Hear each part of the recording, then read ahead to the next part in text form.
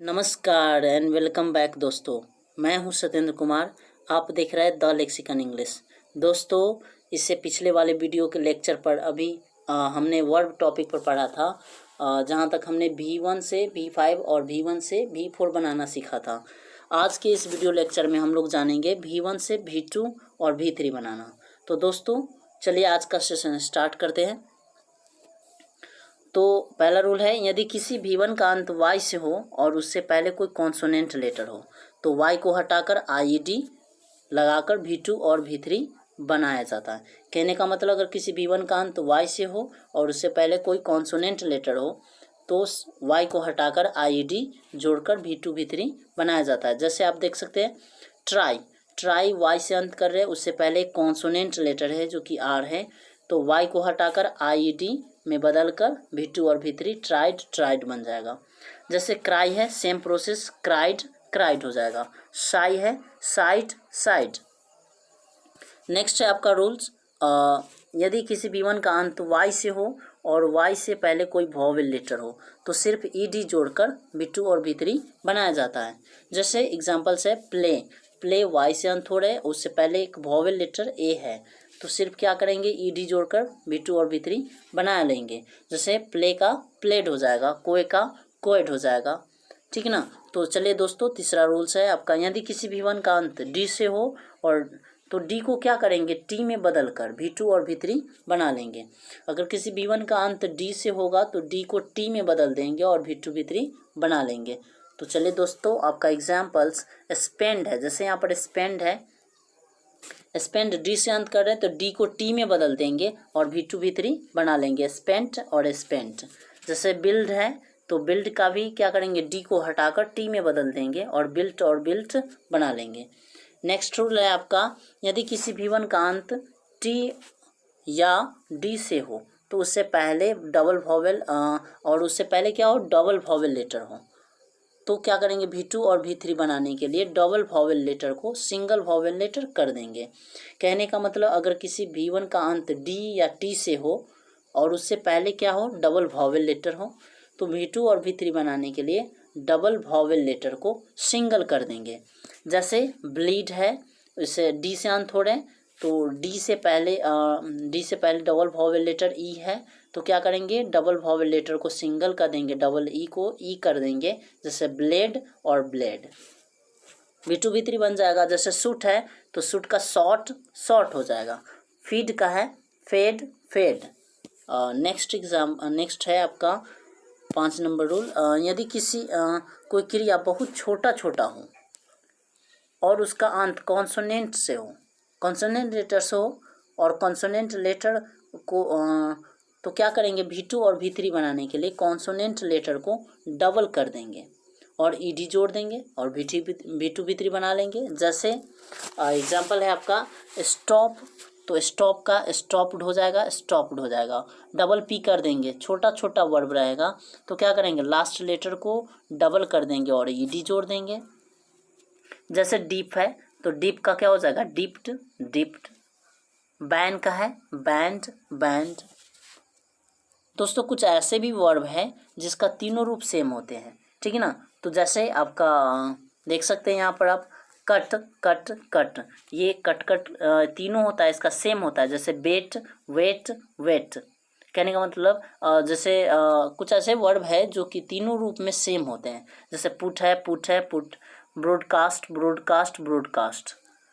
तो ये तो रहा दोस्तों, पिछले वीडियो में कुछ बच गया था, जैसे V1 से V2 और V3 बनाना, तो आज हम कंप्लीट कर लिए। आज हम हेल्पिंग वर्ब के बारे में भी आपको थोड़ा सा पढ़ लेते हैं हम लोग।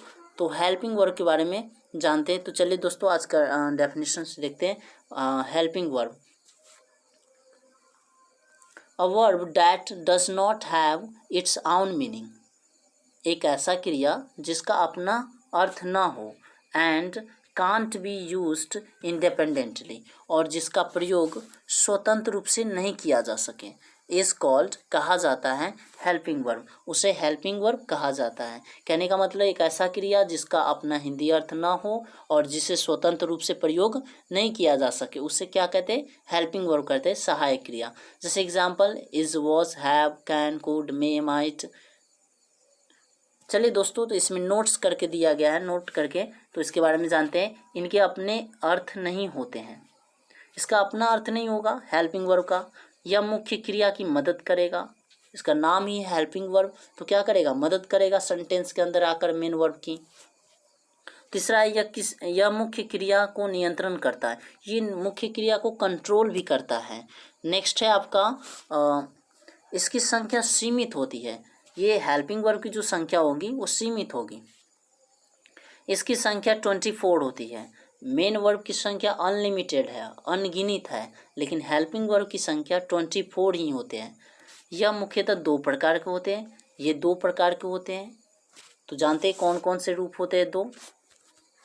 एक है पहला आपका प्राइमरी और सेकेंड है आपका मोडाइल।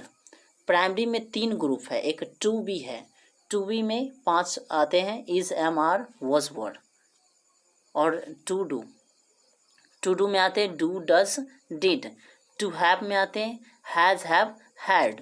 मोडाइल वर्ब में 2 कैटेगरी है, एक प्रेजेंट फॉर्म होता है और एक पास्ट फॉर्म होता है। कैन का पास्ट हो जाता है कुड, मे का माइट हो जाता है, शैल का शुड हो जाता है, विल का वुड हो जाता है, नीड का नो पास्ट फॉर्म, इसका पास्ट फॉर्म नहीं होता है। नेक्स्ट देखते हैं डेयर का भी पास्ट फॉर्म नहीं होता है, और टू का भी पास्ट फॉर्म नहीं होता है। आपका है प्रेजेंट। नेक्स्ट है आपका यूज टू पास्ट फॉर्म में होते हैं, प्रेजेंट फॉर्म नहीं होता है इसका, present form, no present form. और मस्ट है, इसका पास्ट फॉर्म नहीं होता है। चलिए दोस्तों देखते हैं आगे। कुछ ऐसी सहायक क्रिया है जो मुख्य क्रिया का भी काम करते हैं। कहने का मतलब कुछ हेल्पिंग वर्ब ऐसे भी है जो मेन वर्ब के साथ साथ हेल्पिंग वर्ब के साथ साथ मेन वर्ब का भी काम करते हैं। तो स्वाभाविक है, जब मेन वर्ब का काम करेगा तो उसका अपना अर्थ होगा, उसे स्वतंत्र रूप से प्रयोग किया जा सकता है तथा उसके 5 रूप भी संभव होंगे। तो चलिए देखते हैं कंडीशन को। एज अ मेन वर्ब के रूप में कौन कौन से हेल्पिंग वर्ब है जो कि मेन वर्ब के काम करते हैं। तो चलिए देखते हैं। आपका है पहला बी ग्रुप, जो कि बी ग्रुप में V1 के रूप में एम आर होते हैं, V2 में वॉज वर होते हैं, V3 में बीन होते हैं, V4 में बीइंग और V5 में इज। और सेकेंड है आपका डू, V1 के रूप में डू, V2 में डिड और V3 में डन, V4 में डूइंग और V5 में डज। हैव ग्रुप में आ जाइए। हैव ग्रुप में मेन वर्ब का काम करता है। तो हैव होता है V1, हैड होता है V2 और V3 भी हैड होते हैं, और हैविंग V4 हो जाता है, और हैज़ V5 होता है। विल का भी काम करता है, विल भी मेन वर्ब का काम करता है। तो विल का V1 will, V2 wild, V3 wild और V4 ING विलिंग और V5 विल्स। नीड है आपका नेक्स्ट, नीड का V1 need, V2 needed, V3 needed और V4 नीडिंग और V5 नीड्स।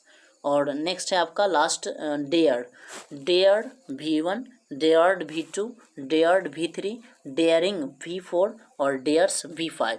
ये सारे वर्ब है। 6 वर्ब ऐसे हैं हेल्पिंग वर्ब जो कि मेन वर्ब का भी काम करते हैं। तो जब मेन वर्ब का काम करते हैं तो 5 रूप आपने देख लिया। अब इसका हिंदी मीनिंग देख लीजिए, आखिर इसका हिंदी मीनिंग क्या होता है जब ये मेन वर्ब के काम करते हैं। तो टू बी का आपका हिंदी अर्थ होता है होना, बनना, रहना, जाना, ठहरना। इतने अर्थों में ये प्रयोग किए जाते हैं। टू हैव का होता है पास होना, रखना, रखना, खाना, पीना, ये सारे होते हैं। और टू डू का होता है करना, विल का होता है चाहना या इच्छा रखना, नीड का होता है जरूरत पड़ना, डेयर का होता है हिम्मत करना, साहस करना, चुनौती देना। ये सारे इसके मेन वर्ब के काम करते हैं तो अपना हिंदी अर्थ होते हैं। तो दोस्तों आज के वीडियो में यहीं तक। तो दोस्तों अगर आपको मेरा वीडियो पसंद आ रहा है तो मेरे वीडियो को लाइक करें, दोस्तों के साथ शेयर करें, और अगर आप मेरे चैनल पर नए हैं तो प्लीज़ सब्सक्राइब करें। Thank you for